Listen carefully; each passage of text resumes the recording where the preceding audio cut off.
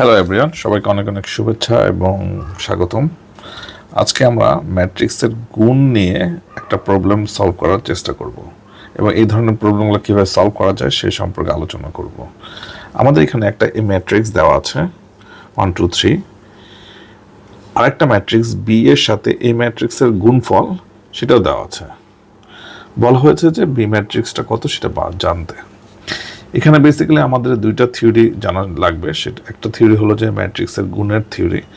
আমরা জানি যে দুইটা ম্যাট্রিক্সকে যদি গুণ করতে হয় তাহলে প্রথম ম্যাট্রিক্সের, তার মানে আমাদের এখানে বি ইন্টু এ, প্রথম ম্যাট্রিক্সের কলামের সংখ্যা দ্বিতীয় ম্যাট্রিক্সের রো এর সংখ্যা সমান হতে হয়।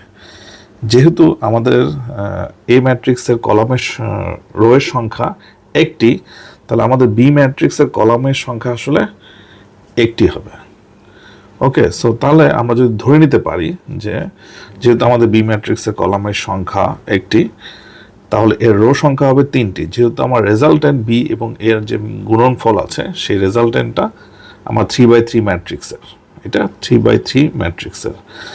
সো তাহলে আমরা যদি ধরে নেই বি ম্যাট্রিক্সটা হলো A11, A21, A31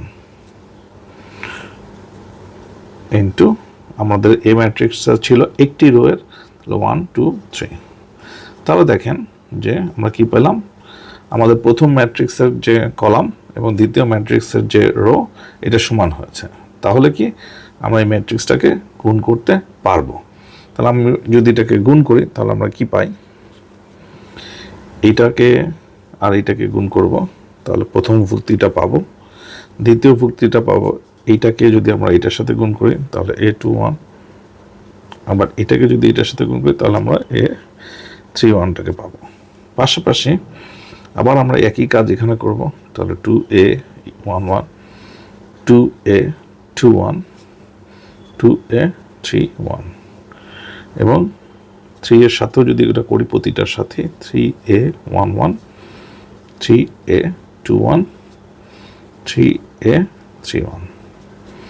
তাহলে আমরা যে ম্যাট্রিক্স বি ম্যাট্রিক্সটা ধরেছি সেই ধরার পরে আমাদের গুণ করলে যেটা পাওয়া যাবে এই ম্যাট্রিক্সের সাথে সেটা আমরা পেলাম।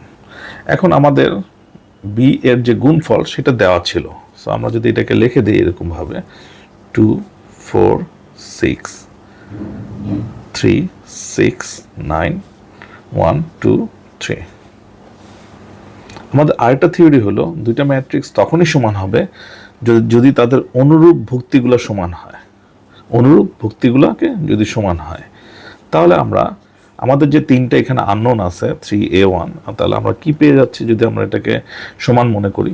এই দুইটা ম্যাট্রিক্স যেহেতু সমান সেহেতু A11টা আমাদের ইকুয়াল হবে 2 এর, A21টা আমাদের ইকুয়াল হবে 3 এর, A31টা আমাদের ইকুয়াল হবে 1 এর। যেহেতু এই দুইটা ম্যাট্রিক্স সমান, তাহলে আমরা কি পাচ্ছি, তাহলে আমাদের যে তিনটা আননোন সেটা পেয়ে গেছি। সো তাহলে আমাদের বি ম্যাট্রিক্সে দাঁড়াচ্ছে 2 3 1। এটাই আমাদের আননোন বি ম্যাট্রিক্স, এটাই আমাদের আনসার। এই ধরনের প্রবলেমগুলোকে আমরা খুব সহজে এভাবে করতে পারি। যেহেতু এখানে যে ম্যাট্রিক্সটা দেওয়া আছে সেই ম্যাট্রিক্সের রো সংখ্যাটা একটি, সেই কারণে কলাম সংখ্যাটা একটি নিয়ে আমরা মাল্টিপ্লেক্স করেছি। এটা তুলনামূলকভাবে সহজ হয়। আমরা যদি সিমিলার টাইপের আরেকটা প্রবলেমের দিকে খেয়াল করি, আমাদের যদি সিমিলার টাইপের একটা প্রবলেমকে যদি দেখি, এখানে দেওয়া আছে যে এটা একটা কলাম ম্যাট্রিক্সের সাথে একটা এ ম্যাট্রিক্সের গুণফল, তার রেজাল্টটা দেওয়া আছে, বলেছে যে এই ম্যাট্রিক্সটা কত হবে। যদি আমরা এটা করতে চাই তাহলে সিমিলারলি আমরা একইভাবে করতে পারি 4 1 3।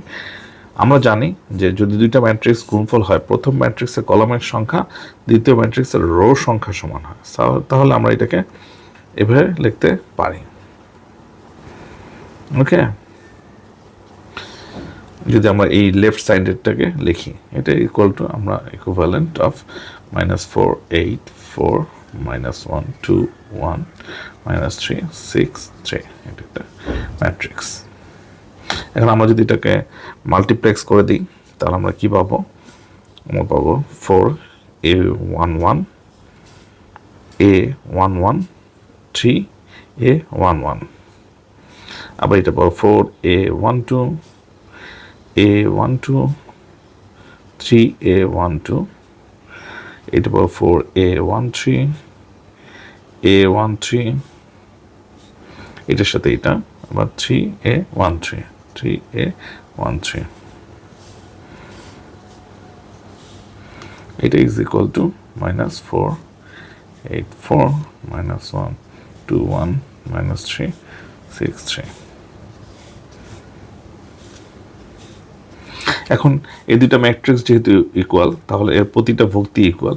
আমরা যদি এটাকে এটার সাথে সমান করি তাহলে A11টা পাই -1। আমরা যদি এটাকে এটার সমান করি তাহলে A12টা পাই 2। আর আমরা যদি এটাকে এটার সমান করি তাহলে পাই A13 is equal to 1। So আমাদের এই ম্যাট্রিক্সটা হবে